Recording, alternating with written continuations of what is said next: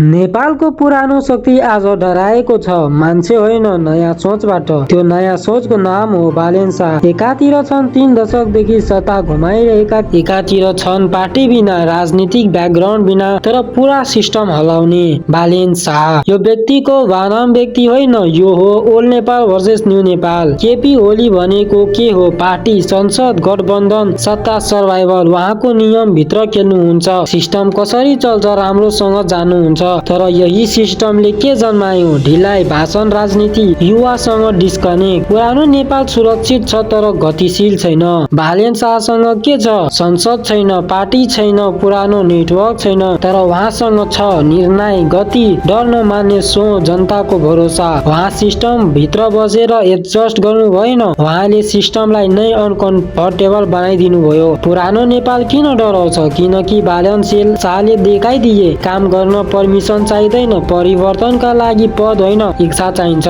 जनता अझै पनि काम देखेर विश्वास गर्छन्। पुरानो नेताहरूलाई यो खतरनाक लाग्छ किनकि यसले एउटा प्रश्न उठाउँछ, यत्रो सत्ता लिएर पनि काम किन भएन?